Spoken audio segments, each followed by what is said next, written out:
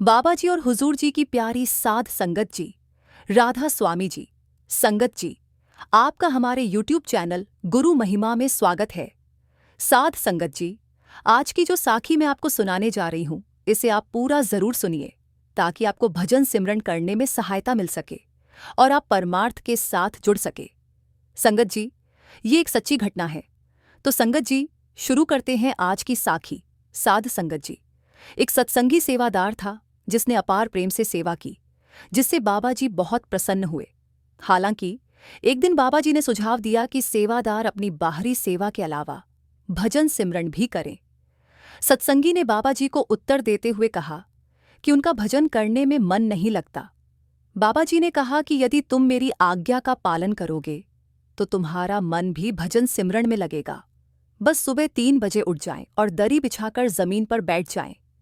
5 minute तक भजन करने के बाद आप वापस सो सकते हैं। सत्संगी ने कहा कि यह कार्य बहुत सरल है और वह इसे प्रतिदिन करने का इरादा रखता है।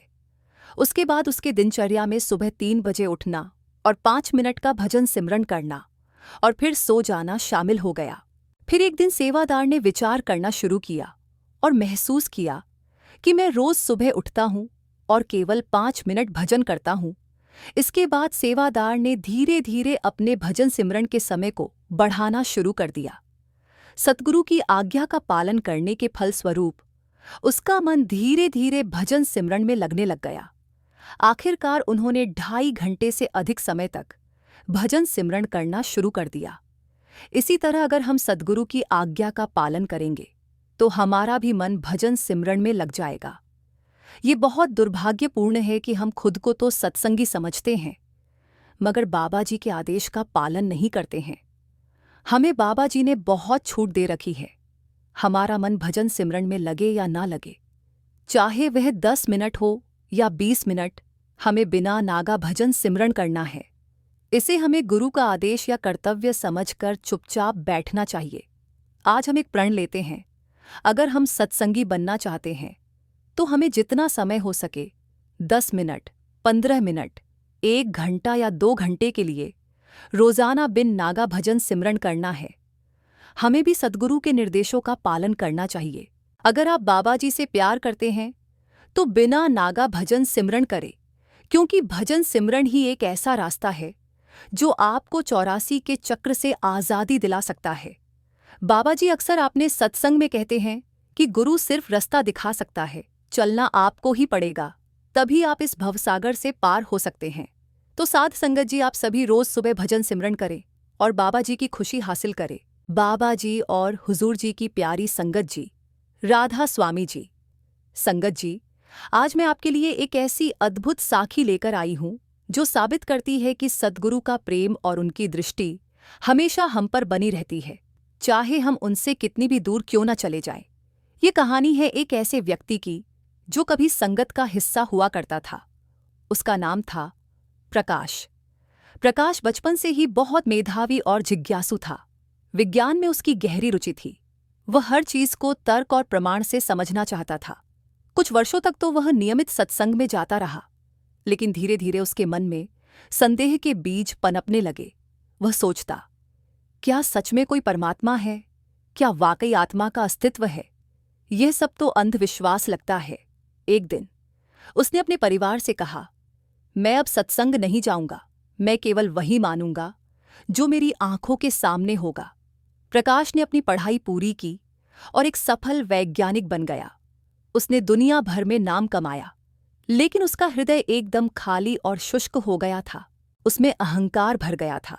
वह मानता था कि विज्ञान ही एकमात्र सत्य है और आस्था मनुष्य की कमजोरी है। उसने अपना सारा जीवन शोध में लगा दिया। एक बार उसे एक अंतर्राष्ट्रीय सम्मेलन में भाग लेने के लिए विदेश जाना था। हवाई जहाज का सफर था। अचानक मौसम खराब हो गया। भयानक तूफान ने हवाई जहाज को घेर लिया। जहाज बुरी तरह से हिलने लगा। सभी यात्री डर से चीखने लगे। प्रकाश, जो हमेशा तर्क से काम लेता था, उसकी भी स्थिति खराब हो गई। उसने अपने जीवन में पहली बार महसूस किया कि उसके पास ऐसा कुछ भी नहीं है जिसे वह थाम सके। उसकी सारी डिग्रियां, उसका सारा विज्ञान उस वक्त उसके किसी काम नहीं आ रहा था। मृत्यु सामने खड़ी थी। अपने जीवन के उस आखिरी पल में उसके मन में अचानक बचपन की एक स्मृति कौंध गई। उसे याद आया कि कैसे बाबा जी ने एक सत्संग में कहा था, संगत जी, जब भी कोई भयानक संकट आए बस पूरे दिल से राधा स्वामी नाम लेना, सद्गुरु तुम्हारी रक्षा के लिए आ जाएंगे। प्रकाश के मन में एक तूफान उठ खड़ा हुआ। तर्क और विज्ञान वाला उसका दिमाग चीख रहा था, यह मत कर, यह सब झूठ है। लेकिन डर और असहायता ने उसके सारे तर्कों को ध्वस्त कर दिया। आंखें बंद करके उसने पहली बार अपने जीवन में बिना किसी शर्त के पूरी श्रद्धा से मन ही मन राधा स्वामी नाम जपना शुरू कर दिया। तभी एक अविश्वसनीय घटना घटी। उसने महसूस किया कि जहाज के अंदर एक अलौकिक सुनहरी रोशनी फैल गई है। उसने आंखें खोलीं। उसे स्पष्ट रूप से दिखाई दिया कि बाबा जी वहीं खड़े हैं। उनका चेहरा दिव्य प्रकाश से चमक रहा है और वे मुस्कुरा रहे हैं। उन्होंने प्रकाश की तरफ देखा और एक हाथ उठाकर आशीर्वाद का इशारा किया। उस पल प्रकाश को एक अद्भुत शांति का अनुभव हुआ। उसका सारा डर गायब हो गया। कुछ ही पलों में तूफान शांत हो गया। जहाज ने सामान्य रूप से उड़ान भरना शुरू कर दिया। सभी यात्री हैरान थे कि इतना बड़ा हादसा कैसे टल गया। लेकिन प्रकाश जानता था कि यह कोई सामान्य घटना नहीं थी। उसकी आंखों में आंसू थे। वह अपनी सीट पर बैठा बार बार उस दिव्य दृश्य को याद कर रहा था। जैसे ही प्लेन लैंड हुआ, उसने सबसे पहला काम यह किया कि अपने घर फोन किया। उसकी आवाज कांप रही थी। उसने अपनी माँ से कहा, माँ, मैं अगली उड़ान से वापस आ रहा हूं। मुझे बाबा जी से मिलना है, मुझे सत्संग में जाना है। उसके परिवार को समझ नहीं आ रहा था कि इतनी बड़ी बदलाव की वजह क्या है। वापस आकर प्रकाश सीधा डेरा पहुंचा। जब उसने बाबा जी के चरणों में गिरकर अपना सारा अनुभव बताया, तो बाबा जी ने उसे प्यार से उठाया और कहा, बेटा, तूफान बाहर नहीं तेरे अंदर था। नाम ने उसे शांत किया। तू जितना दूर जाता, मेरी नज़र तुझ पर उतनी ही बनी रहती। संगत जी, आज प्रकाश फिर से संगत का हिस्सा है, लेकिन अब उसकी आस्था अंधी नहीं है, बल्कि अनुभव से पैदा हुई है। उसका विज्ञान अब परमात्मा को खोजने का एक जरिया बन गया है। वह कहता है, मैंने अपनी आंखों से देखा है कि भौतिक विज्ञान की सीमाएं हैं, लेकिन सद्गुरु की शक्ति की कोई सीमा नहीं है। संगत जी, सद्गुरु कभी भी अपने बच्चों को नहीं भूलते, चाहे वे कितनी भी दूर क्यों न चले जाएं। वे हमेशा हमें वापस अपनी शरण में लाने का कोई ना कोई रास्ता बना ही देते हैं। बस हमारे हृदय में थोड़ी सी भी लगन और विश्वास होना चाहिए। साध संगत जी, अगर आपको साखी अच्छी लगी हो तो चैनल को सब्सक्राइब जरूर कर लेना और बेल आइकन को प्रेस कर लेना, ताकि हम जो भी नई वीडियो डालें सबसे पहले आप तक पहुंच सके। राधा स्वामी जी।